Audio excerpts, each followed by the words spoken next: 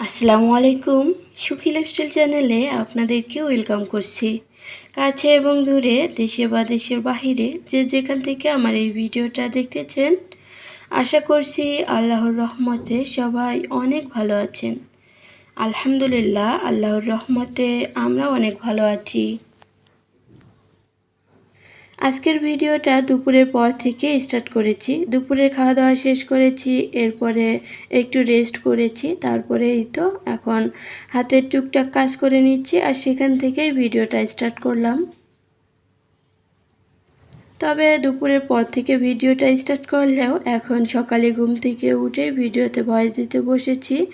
এর কারণে কেন জানি না কণ্ঠটাও একটু অন্যরকম শোনাচ্ছে, প্লাস যেন আমি কথাই বলতে পারতেছি না এরকমটাও মনে হচ্ছে। তো জানি না আজকের ভিডিওতে বা ভয়েসে কি বলবো আর কি করব। তো আশা করছি পুরো ভিডিও জুড়ে সাথে থাকলে একটু হলেও আপনাদের ভালো লাগবে। এখানে ব্যালকনি থেকে কিছু গাছ নিয়ে এসেছি, আর সেগুলোই এখন পরিষ্কার করে জায়গায় আবার রেখে দিচ্ছি। তো মূলত টেবিলের উপরে যে গাছটা আছে সেটাই চেঞ্জ করার কথা, কারণ ওই যে টেবিলের উপরে আছে, আমার ছেলেও পানি খাবে আবার গাছকেও পানি খাওয়াবে, আর এভাবে গাছের পাতাগুলো হলুদ হয়ে যাচ্ছে। তো এটা এখন ব্যালকনিতে দেওয়া খুব বেশি জরুরি, এই জন্য ভাবলাম এই গাছটাও চেঞ্জ করে নেই। সাথে ফ্রিজের উপরে যে গাছ দুটো রাখি সে দুটোও একটু নিয়ে এসে ফ্রিজের উপরে রাখি। বেশ কয়েকদিন হলো এ দুটো ব্যালকনিতে দিয়েছিলাম। তো এই তো বড় গাছটা সরিয়ে এখন ছোট্ট একটা মানি প্ল্যান্ট গাছ দিব। তবে এই মানি প্ল্যান্ট গাছটা কিন্তু অনেক সুন্দর গ্রো করেছে খুব অল্প দিনের মধ্যেই। আর এই যে বলি না যে সকালে বিকালে যত ধরনের ফাঁকিবাজি নাস্তা চলে, তো সকালে হালকা পাতলা নাস্তা রেডি করলেও বিকালে কিন্তু আর সেটা করা হয় না, খুব কম করা হয়। আর করা হলেও সেটা নুডলস, মানে আমার ছেলে নুডলস ছাড়া আর কিছু বোঝে না, তাও আবার ডিম ছাড়া। তো এগুলোই করা হয়, আর সব সময় এই যে কেক বিস্কিট এগুলোই খাওয়া হয় বিকালে। এদিকে চলে এসেছি আমার হাঁড়ি পাতিলের বস্তা দেখাতে। তো আমি কিন্তু এই যে হাঁড়ি পাতিলগুলো এগুলো বস্তা ভরে ফল ছাদের উপর রাখি, না হলে দেখা যায় বাইরে থাকলে অনেক বেশি অপরিষ্কার হয় আর সে পরিষ্কার করতে হয় আমাকেই। তো এই চিন্তা ভাবনা করে এগুলো বস্তা ভরেই রাখি। আর এগুলো যেহেতু সব সময় লাগে না, এখন দেখা যায় নন স্টিক স্টিল এগুলোই বেশি ব্যবহার করা হয়। তবে একটা সময় ছিল যখন আমি এই ধরনের হাঁড়ি পাতিলগুলো অনেক অনেক অনেক বেশি কিনেছি। তবে এগুলোর মধ্যে কিন্তু আমি এই যে তরকারিও রান্না করতে পারি না। মূলত আমি এই পাতিলটা পোলাও রান্না করার জন্য কিনেছিলাম বেশি পরিমাণে। তবে বেশি পরিমাণে মাংস আনলে আবার এই পাতিলটার মধ্যে রান্না করতে হয়। তবে এরকম পাতিল আরও অনেক সাইজের অনেকগুলো আছে বস্তার ভিতরে। আমি এগুলোর মধ্যে কেন জানি না তরকারি রান্না করতে পারি না, শুধু পোলাও রান্না করার ক্ষেত্রে আগে ব্যবহার করতাম। আর ওই একটা কেনার শখ ছিল, মানে সবাইরে ওই সময় ওই হাঁড়ি পাতিল দেখছিলাম, তো হাঁড়ি পাতিলওয়ালা যখন বাসার কাছে আসছিল আমার মানে না নিলে শান্তি হচ্ছিল না, আমি নিতাম তারপরে হাঁড়ি পাতিলওয়ালা যেতে পারতো, এরকম একটা পরিস্থিতি ছিল। তবে অনেককেই দেখি এই ধরনের পাতিলে তরকারি রান্না করতে। তবে আমার লাড়তে একটু অসুবিধা হয়, আমি কড়াইয়ের মধ্যে রান্না করতে বেশি স্বাচ্ছন্দ্য বোধ করি। আর এদিকে আদা রসুন কিছু কুচি করে নিলাম।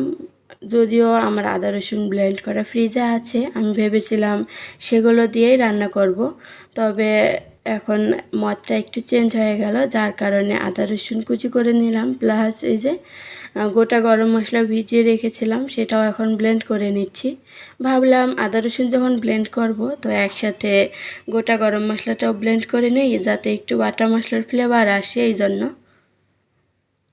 তো দুপুরে কিন্তু কাজের আপার কাছ থেকে পেঁয়াজটা কেটে রেখেছিলাম, তখন কিন্তু ভাবিনি যে আমি আদা রসুন ব্লেন্ড করব। তাহলে কিন্তু তখন তার থেকেই সেগুলো পরিষ্কার করে কেটে ধুয়ে রাখতাম, কিন্তু হঠাৎ যেহেতু মনে হয়েছে তাই সেটা আমাকেই করতে হলো। আর এই যে এখন সেই পাতিলের মধ্যে পেঁয়াজ কুচি দিয়ে দিচ্ছি, আর অন্য চুলায় অন্য পাতিলে দেখতেই পারতেছেন ডাল বসানো হচ্ছে। আর ডাল রান্নাটা কিন্তু সবসময় আমার হাজব্যান্ড করে, কারণ আমার হাজব্যান্ড রান্নায় পারদর্শী। তবে ডাল রান্নায় সে খুব বেশি পারদর্শী, কারণ সেখানে আমি জিরো। তো সে বিষয়ে একটু পরে বলতেছি, এখন একটু মশলার বিষয়ে বলি।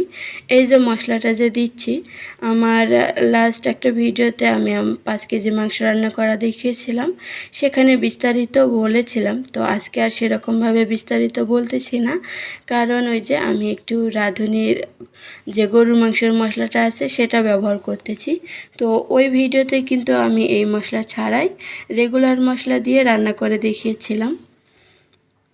তবে আবারও একটু বলে দিচ্ছি, আপনি 1 কেজি মাংসর মধ্যে যতটা মশলা নেন, তবে বেশি পরিমাণে মাংস রান্না করলে তার চেয়ে একটু কম নিতে হবে, বা সেই পরিমাণের থেকে একটু কম নিতে হবে, যেহেতু মশলার পরিমাণটা বেশি পড়বে। সব কিছু মিলিয়ে মশলাটা এখানে একটু কমই লাগে। আর এখন টক দই দিয়ে দিচ্ছি। টক দই মানে আগে যে ফেটিয়ে রাখবো সেই সময়টা হাতে ছিল না, তো এই জন্য একটু টক দই আপাতত এখানে দিয়ে দিলাম। পরবর্তীতে আবার ফেটিয়ে আবার দিয়েছি, সেটা আর ভিডিও করা হয়নি। আর ওই যে ডাল রান্না করার কথা বলি, ডাল রান্নাটা কেন জানি না আমি পারি না বলতে হাজব্যান্ড এতবার করে শেখাচ্ছে, তারপরেও পারি না।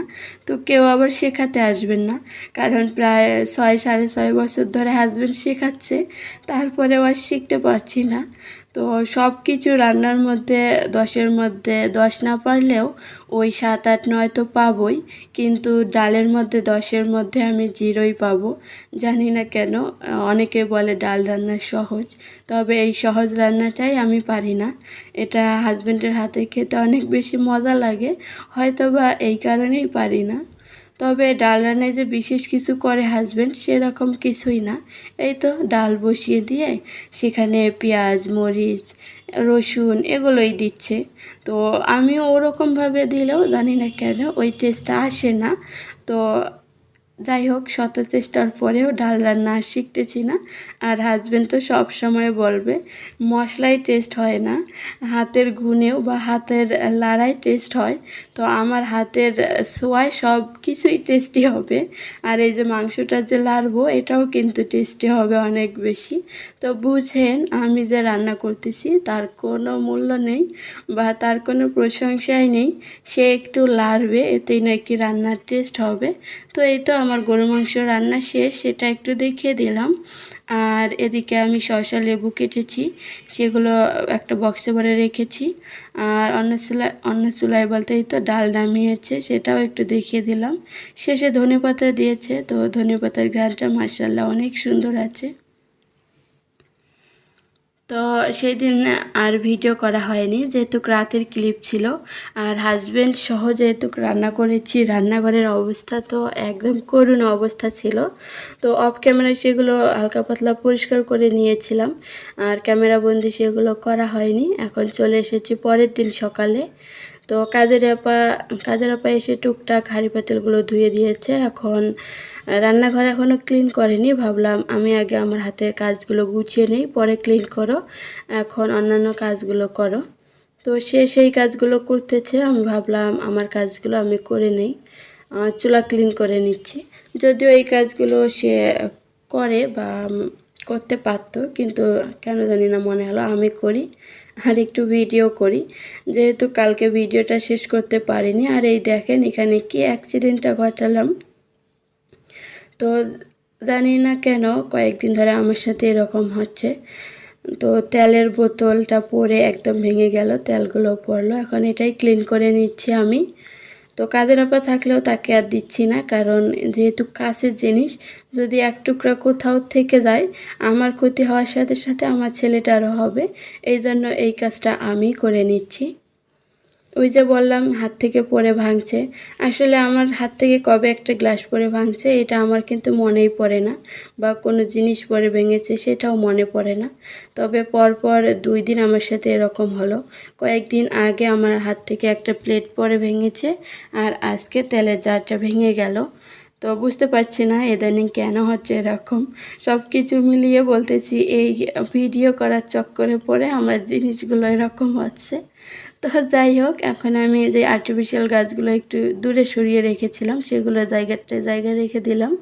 আজকে আর সেগুলো ক্লিন করলাম না, দূরে রেখেছিলাম এই কারণে যেহেতু বড় পাতিল বসিয়েছি, একটু বেশি পরিমাণে রান্না, তো খুব বেশি তেল চিটচিটে হবে, এই জন্য একটু বেসিংয়ের উপরে রেখেছিলাম।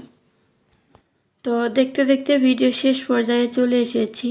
আর আজকে যেন কেমন ঘুম থেকে উঠে ঘুমিয়ে ঘুমিয়ে ভয়েসটা দিলাম, জানি না কীরকম শোনা যাচ্ছে।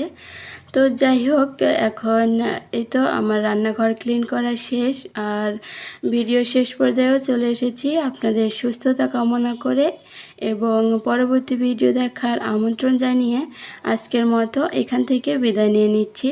দেখা হবে নেক্সট ব্লগে। আল্লাহ হাফেজ, আসসালামু আলাইকুম।